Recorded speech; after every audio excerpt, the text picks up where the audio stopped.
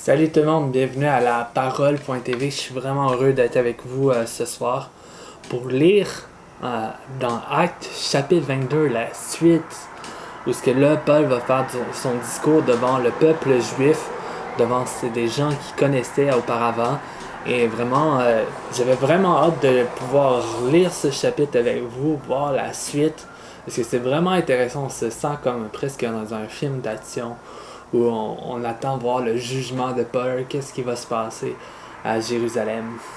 Fait ouvrez grand vos cœurs à la parole de Dieu, afin de recevoir, afin de comprendre, afin d'entendre, afin de voir ce qui se passait à l'époque où le Saint-Esprit a été répandu après la venue de Jésus-Christ. Amen.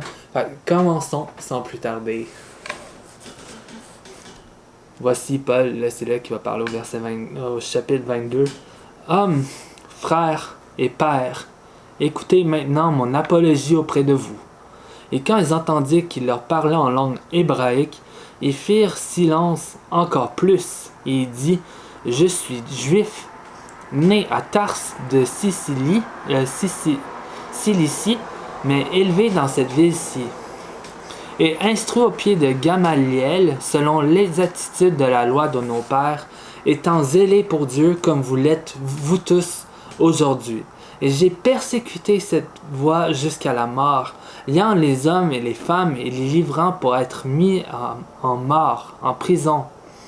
Comme le souverain sacrificateur même m'en est témoin, et tout le corps des anciens, desquels aussi ayant reçu des lettres pour les frères, j'allais à Damas, afin d'amener liés à Jérusalem ceux aussi qui se trouvaient là, pour qu'ils fussent punis. Et il m'arriva, comme j'étais en chemin, que j'approchais de Damas, que vers midi, tout à coup, une grande lumière venant du ciel brilla comme un éclair autour de moi. Et je tomba sur le sol, et j'entendis une voix qui me disait « Saul, Saul, pourquoi me persécutes-tu » On va arrêter ici. Saul, Saul, pourquoi me persécutes-tu? Le Paul, à l'époque, avant de donner sa vie à Christ, il avait eu comme mandat de emmener des chrétiens en prison. Il avait le droit de les tuer. Il avait le droit de les mettre à mort. Et ce qui s'est passé avec Étienne auparavant dans les autres chapitres. Et ici, là, il explique qu'est-ce qui s'est passé à travers sa vie à tout le monde. Et là, il dit, mais là, Jésus, il dit, pourquoi me persécutes-tu? Il n'a pas persécuté Jésus-Christ, Paul. Il a persécuté l'Église. Et l'Église, c'est Jésus-Christ. Nous sommes l'Église de Dieu. Nous sommes le corps de Dieu. Nous sommes son bâtiment, une œuvre parfaite en Jésus-Christ. Nous sommes des pierres vivantes pour Dieu. L'Église, c'est pas un bâtiment. C'est l'ensemble des gens ensemble pour l'amour de Jésus-Christ, dans l'unité. Amen. C'est quand on est assemblés que Dieu est parmi nous. Il n'est pas dans un bâtiment. Et ici, il dit, pourquoi persécutes-tu mon Église? Jésus dit ça à Paul à l'époque. Mais là, aujourd'hui, c'est, pourquoi persécutes-tu l'Église de Jésus-Christ? Pourquoi nous veux-tu du mal? Et Dieu va parler à tes persécuteurs. Dieu peut interférer avec tes persécuteurs dans ta vie et il peut leur témoigner de son amour. Amen. Il peut avoir une révélation puissante comme Paul va avoir. Alléluia. Fait qu'on va lire au verset 7. Et je tombai sur le sol. J'entendis une voix qui me disait « Saul, Saul, pourquoi me persécutes-tu » Et moi je répondis « Qui es-tu, Seigneur » Il me dit « Je suis Jésus, le Nazaréen que tu persécutes. » Et ceux qui étaient avec moi virent la lumière et furent saisis de crainte. Mais ils n'entendirent pas la voix de celui qui me parlait. Et je dis, que dois-je faire, Seigneur? Et le Seigneur me dit, lève-toi et va à Damas, et là on te parlera de toutes les choses qui t'est ordonné de faire. Et comme je n'y voyais pas, à cause de la gloire de cette lumière, j'arrivai à Damas. Ceux qui étaient avec moi me conduisirent par la main. Et un certain Ananias, homme pieux selon la loi, et qui avait un bon témoignage de tous les Juifs qui demeuraient là. Venant vers moi, se tenant-là, me dit, Saul, frère, recouvre la vue. Et se leur levant les yeux, moi je le vis. Et il dit, le Dieu de nos pères t'a choisi d'avance pour connaître sa volonté et pour voir le juste et entendre une voix de sa bouche. Amen. Le Dieu, notre Père, t'a choisi d'avance. Tu es choisi par Dieu. Amen. Si tu fais appel à lui aujourd'hui, je te dis, Dieu va se présenter à toi. Dieu va se révéler à toi à travers son Fils. Et même des fois, ceux qui ne font pas appel à lui et qui détestent Dieu, mais Dieu peut se révéler à eux s'il veut. Amen. Il s'est révélé à Paul sans l'acte de personne. Et il s'est révélé à lui. Il peut se révéler à toi. Demande à Dieu de se révéler à toi. Il va te présenter Jésus-Christ. Amen.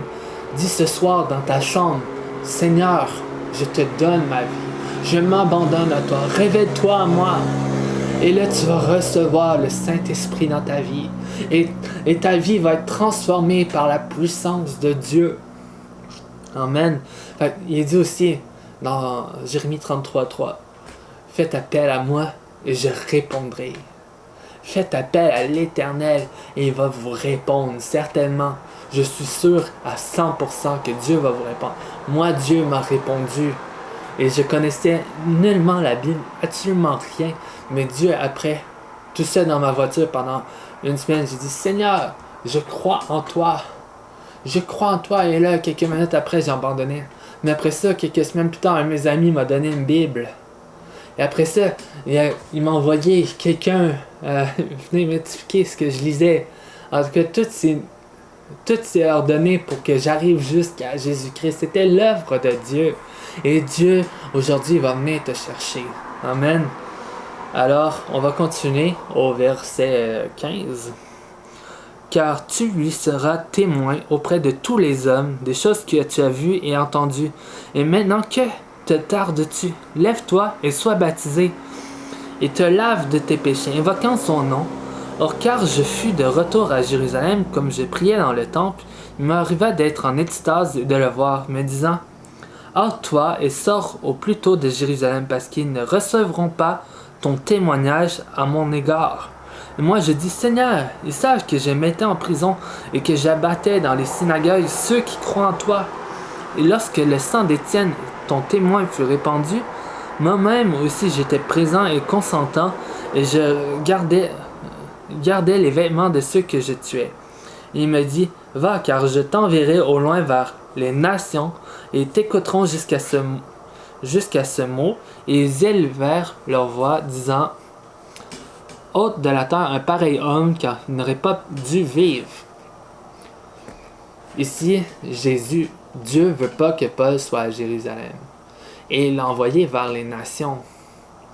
Et Paul, je crois qu'il ne s'était pas pleinement pardonné qu'est-ce qui était arrivé, pourquoi il a tué tant de chrétiens, pourquoi il a tué tant de personnes. Il ne s'était pas pardonné lui-même, je crois, à un certain sens. Ça, c'est mon opinion réellement. Vous pouvez avoir une autre opinion, mais ça, c'est la mienne. Fait Paul, il trouve qu'il mérite de mourir. Il mérite de passer au jugement. Il mérite de vivre le même sort que Jésus-Christ parce que sa vie ne vaut plus rien. Parce qu'il veut connaître Dieu, il veut aller vivre avec Dieu. Il sait ce qui se passe en haut. Mais ici, sur terre, Dieu a encore des plans pour lui. Amen. Ça ne le disqualifie pas, même s'il ne fait pas sa volonté parfaite. Il va quand même témoigner. Il va quand même encore avoir des personnes qui vont être sauvées. Il va quand même avoir, mais il ne va pas être dans la parfaite volonté de Dieu. Au verset 23. Et comme ils poussaient des cris, et jetaient leurs vêtements et lançaient de la poussière en l'air, le chiliarque donnait l'ordre de le conduire à la forteresse, disant qu'on le mit à la question par le fouet, afin d'apprendre pour quel sujet il criait ainsi contre lui. Mais quand ils l'eurent fait entendre avec le courroie, Paul dit au centurion qui était près de lui, « Vous est-il permis de fouetter un homme qui est romain et qui n'est pas condamné? » Et quand le centurion entendit cela, il s'en alla faire son rapport au chiliarque, disant, « que vas-tu faire? Car cet homme est romain. Et le chiliard s'approcha, dit à Paul, dis-moi, es-tu romain? Et il dit, oui. Le chiliard reprit, moi j'ai acquis cette bourgeoisie pour une grande somme. Et Paul dit, mais moi, je l'ai par naissance. Aussi donc, ceux qui allaient le mettre à la question se retirèrent de lui. Le chiliarque aussi eut peur, sachant qu'il était romain, et parce qu'il l'avait fait lier. Mais le lendemain, voulant savoir exactement pourquoi il était accusé par les Juifs, il le fit délier et ordonna que les principaux sacrificateurs et tous les Sahédrins s'assembla, ayant fait descendre Paul, il le présenta devant lui. Amen.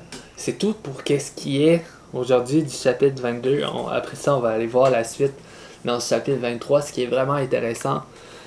Ici, là, finalement, Paul est vraiment très sage, parce que dans le fond, les Romains ne pouvaient pas être mis en jugement, ne pouvaient pas vivre la punition, certaines punitions s'il n'a pas été devant un jugement, devant des juges qui allaient considérer ses actes. Fait là, il utilise sa citoyenneté. Comme nous, en tant qu'aujourd'hui enfants de Dieu, nous pouvons utiliser notre citoyenneté. Nous sommes enfants de Dieu. Nous sommes co-héritiers de Christ, ambassadeurs des lieux célestes, enfants de la lumière. Amen. Nous avons toutes ces responsabilités-là. Nous sommes maintenant passés d'un royaume à un autre royaume.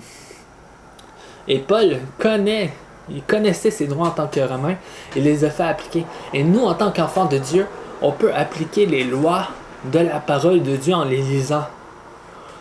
Parce que nous sommes rachetés, nous sommes sauvés. La mort n'a plus de pouvoir sur nous. Fait que, en sachant cela, qu'est-ce qui est lié à la mort? Maintenant, nous sommes liés à la vie en Jésus-Christ. Et tous les bienfaits qui en font participer. Fait que, s'il arrive des malades dans ta vie, et que tu connais pas ta Bible, tu connais pas ta parole, mais tu pourras pas dire, mais non, je mérite la mort, je suis un pécheur, j'ai fait telle chose. Voilà, je suis destiné à la pauvreté. Toutes ces choses, c'est la mort. Mais nous ne sommes plus que bénis en Jésus-Christ. Nous sommes bénis de toute bénédiction dans les lieux célestes et sur terre. Et toutes ces choses fassent partie du royaume de Dieu que nous faisons partie maintenant.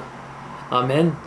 Fait que c'est tout pour aujourd'hui. J'espère que vous êtes vraiment richement bénis en écoutant ces vidéos et que vous puissiez vraiment partager cette connaissance, partager une Bible si vous connaissez des gens qui n'en ont pas, mais donnez-leur, achetez-en plus de Bibles et partagez-la. Moi, j'ai plein de Bibles chez moi, fait que si je sais que quelqu'un n'a pas de Bible, mais je vais pouvoir lui en donner une pour qu'il puisse lire la parole de Dieu. Si la personne est sauvée, c'est vraiment important qu'on puisse lire la parole de Dieu. Amen. Alors, soyez richement bénis. Au revoir.